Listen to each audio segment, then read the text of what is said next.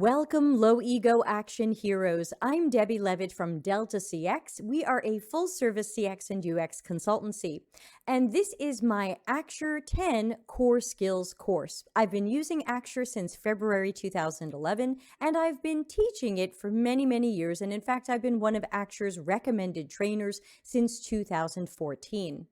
This course is designed to take you from super Axure newbie or Axure afraid all the way through to confident intermediate. So if you've landed on this one video, there are many, many others. Please check our Axure lessons playlist for a lot more videos about using Axure. The Delta CX YouTube channel has over 500 videos on it as of when I'm recording this in December 2021, and I hope you'll subscribe and join in some of our live streams. I'm live usually 3 or 4 times a week with teaching UX research and design, talking about CX, helping people get into the profession, helping leaders and managers, and of course, don't forget Tuesday, office hours, Ask Me Anything. So subscribe and hang out here. So thanks for being here. Please subscribe and let's jump into that next Axure lesson. Now that we've learned the basics of writing interactions, let's give it a try. We're going to learn the 3 different ways in Axure to make links. So let's start with a pretty simple link. Let's imagine that we want this button to move us from page 1 to special page. We're going to need to create a link. So start where the action happens, which in this case is the button. And now we can go and build our interaction, which I'm going to do by opening the interaction editor. If you're more comfortable with hitting the blue button and doing it in the side, you certainly can, but throughout the course I'll be building in the editor for the most part. So what happens on that button that would make the action happen? This would be a click or a tap. Now, what action do we want to happen? When it comes to linking, the choice will be open link. And now we can move over here to the third part of the screen to fill in the parameters. So Axure says which page do you want to link to if it's a page in your Axure prototype. And do you want that in the current window or a new tab? Up to you. But if you don't want it to link inside of the Axure page, you do have other options. You can have it link to an external URL, reload the current URL, or build it as a back button. So if you do want to link to an external URL, you'll probably want to put a full absolute URL here with HTTPS and the whole thing.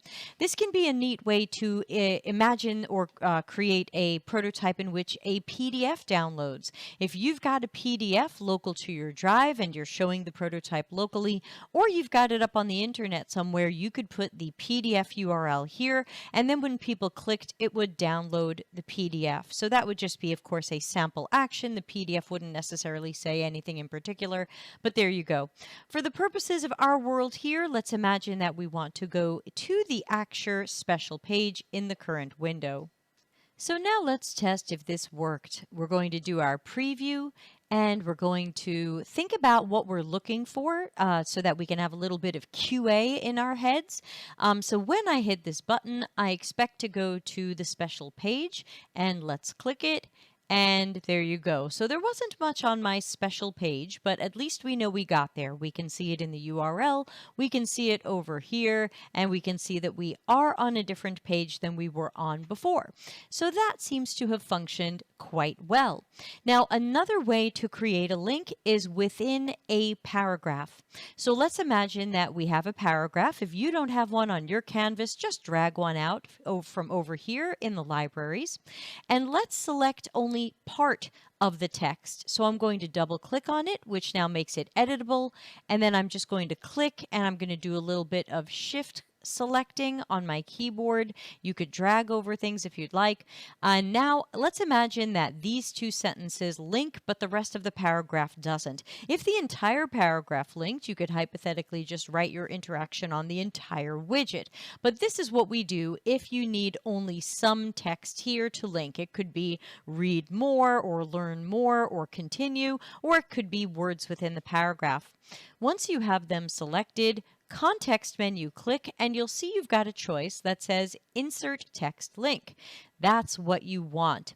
And over here on the right side, you can see this looks a little bit like the parameters portion of our editor. So we can say, yeah, I want this to go to special page. And then we can choose from the more options if it's in the current window or a new tab or whatever. And if you want to change your mind, you can always come back to special page and you can pick an external URL or something like that. So now we have the interaction when someone clicks or taps. Open a link where? The special page. Now, if you take a look, and I'm going to do a quick refresh of the previous page, you can see I now have underlined, not underlined until I hover over it. So I have blue text that has this hover state, but you might say, uh-oh, that's not exactly the styles that I wanted for this. How am I going to change those? Our old friend global widget styles can handle that. But before I do that, notice that there is blue on top of this. This is one of those masks that tells you this text is linked. Of course, the lightning bolt is also a hint, since a lightning bolt somewhere tells you you have an interaction, and the blue text shows you, the blue mask shows you how much. So now let's go into our widget style manager, which I can get to from project widget style manager. And as I mentioned earlier, every time you start using a new thing in Axure, a new widget, it will create some styles for you. So here in the middle, you can see all of a sudden we have text link mouse over, which is our hover state, and text link mouse down, which is the moment in which we click it. So let's take a look at that. Here's our text link. It's blue. Our hover has an underline, and when I click it, in the moment in which I click it, I didn't really see a style change there, but let's play around with it. So for accessibility, we might decide that we want all of our links to be underlined. Always, always. Not on hover, because depending upon accessibility needs, they might never hover. They might be tabbing around or things like that. So we want to make sure that this has an underline from the start. If we like the blue text, that's fine. If we want to choose another color, we certainly can. But again, remember colorblind friendliness. Now, how about the hover state? It's already underlined, so we don't have to tell Axure to underline it if they hover. Maybe the font color changes when people hover, and maybe we just do something a little outlandish so it's really obvious. Though again, that's not necessarily a colorblind friendly color. I'm not totally adjusting things for colorblind friendliness, but make sure you are. And then we could say when people click on this, maybe it has some other visual change. It's a font color black with a fill color soft peach. Let's try these and see how they look. So let's flip back, refresh. Now my link is underlined by default. The hover state is our fuchsia color. And in the moment in which I click on it, well, it was a little hard to see, but it did turn black. So again, I don't use those mouse down or mouse click styles anymore. You can if you would like. I just haven't been doing that. It seems a little old-fashioned, but there you go. If you need a mouse down state, you can have one. So that would be the second way to make a link, where the link is some text inside of a paragraph. And again, you can always click on this once, go over to interactions, change the interaction, click on this whole thing, remove the interaction, add conditions to it, make multiple interactions out of it. You have that freedom. And of course, if I double click on this, I get our friend, the editor. So if you're like me and you don't love building Axure interactions from the right side strip of bacon, you can always come here and build or edit them here by double clicking. Now, the third way to make a link is what we would call our anchor or scroll to. This is where we're moving people up the page or down the page. So if you have like a little pinned bug that says back to top, this would send people back to the top, or it could send people somewhere else. So just for a way to practice this together, let's create any widget, drag anything out, drag it about 2,000 pixels down. See, my Y is about 2,000. It's really 1980, but if I want to be precise, I can make that 2,000. and I'm just going to write something on it for fun. Now, if we don't put anything under that, that's the end of the page. And when we scroll down to this, that is going to be the end of the page. So just to make sure that this is a long page that could hypothetically scroll more so that that doesn't end up on the bottom, I'm just going to throw some sort of widget way down so that I end up with a long scrolling page. And you can see it, I've put it almost at Y3500. So what does that look like? This just means that when we say scroll to this thing, it's going to be at the top. But if it were the last thing on the page, it would be the last thing on the page. It would be at the bottom. And you'd say, So I just threw something way under that, this thing, so that when we say scroll to this, it can be right at the top like we expect it to be. So let's build that. Let's reuse some of our wacky buttons over here. Let's say this is scroll to circle. And I'm just writing this here. Eventually I'll spell it correctly so that you can remember what I'm building and why, but of course the button would probably say something else. So let's say the action happens when people click this button. But again, it could be anything. They could be clicking on a back to top thing, which brings people back to the top. Wherever that action happens is where you want to build your interaction. So what's our event? I hope you're starting to yell it out loud before I say it. It's a click. What should happen? Now, this might be new to you. This is scroll to widget. And Axure says, great, what widget am I scrolling to? Now, here's where not naming it can work against us. If it had just been a circle, we might not know if it was this circle.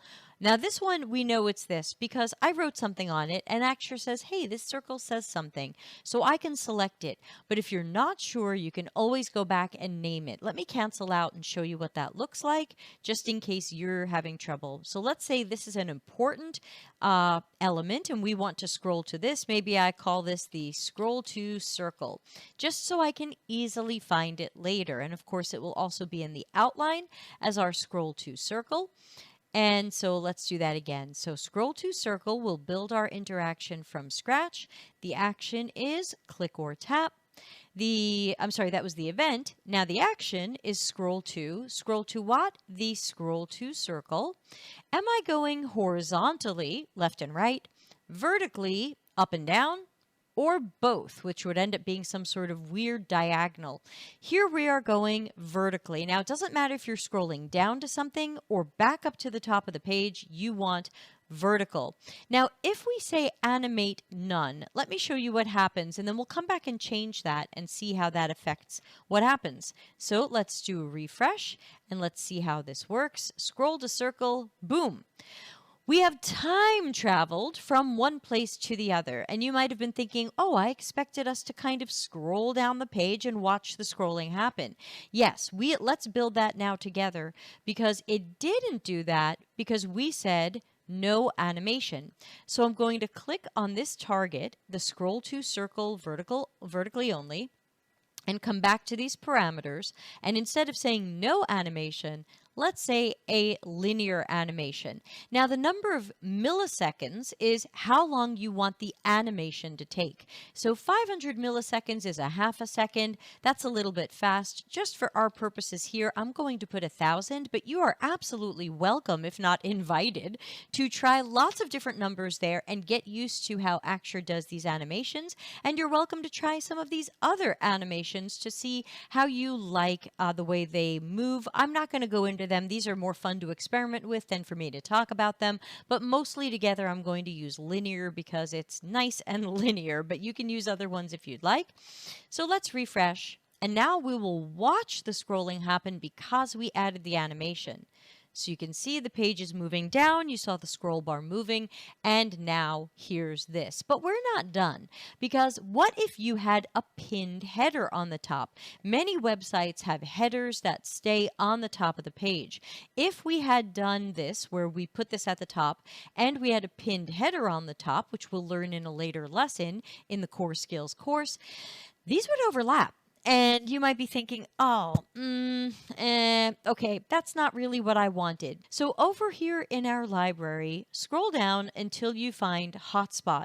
Now in Axure 10, it's here under the dynamic area. In Axure 9 and earlier, it's kind of mixed up with these other ones in the common. So look for hotspot. drag out a hotspot. And let's use this opportunity to talk for a moment about what the heck a hotspot is.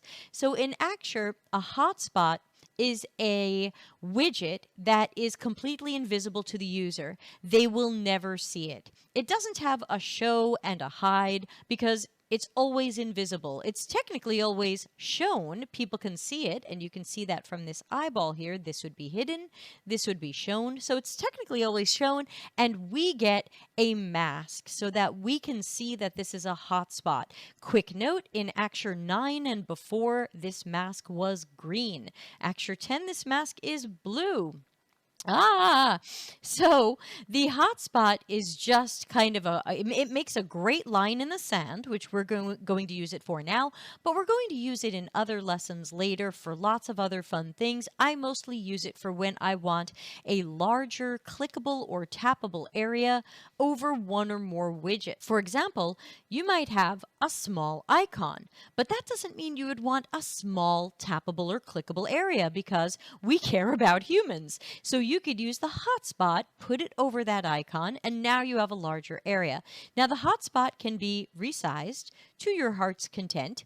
In this case, the size of it doesn't really matter because when Axure scrolls down to it, it's just going to scroll down to the top of it. So wherever the top of it is, and we could say the top is going to be at y equals 1900, which would put it 100 pixels above this one, then that would be where we're going to scroll to, just the top of it. So it doesn't matter how tall or wide it is. Also, to make it easier for me to find when I'm writing my interaction, I'm going to call this the scroll to hotspot. This is an example of how I name things what they are and name them what they are. So the role that this is playing is it's going to be part of my scroll to, and hey, it's a hotspot.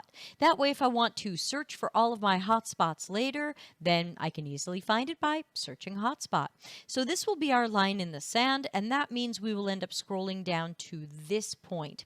So let's go back. Let's grab another button, or you can create a new button, and I'm going to call this the scroll to hotspot. Hotspot. Hello. All right, let's build our interaction on this button. And by now you should be yelling out what to do. Click or tap. Scroll to what? Not the circle, the scroll to hotspot. Vertically for sure. Linear slide, 1,000 milliseconds. Why not? Not 100. That would be very fast. And let's see how this looks. So let's do a refresh. Let's click our scroll to hotspot. And boom, there you can see that even though we can't see the hotspot, we have scrolled down the page to the point where it was. And that way, if we had a pinned header here, we could be sure that this circle feels like it's at the top of the page, minus whatever room we've left for the header. And then if you decide that you need to scroll a different amount, just move this hotspot. If you want this to be closer to the top, move this down. If you need more room, move it up. You don't have to rewrite your interaction because you are scrolling to the point where this is, whatever that is. So you just have to put this where you want it. Okay, those are 3 ways to make links. One left the page. 2 of them left the page, hypothetically, and 1 of them scrolls up or down. So give yourself some practice on that, and I'll see you in the next video.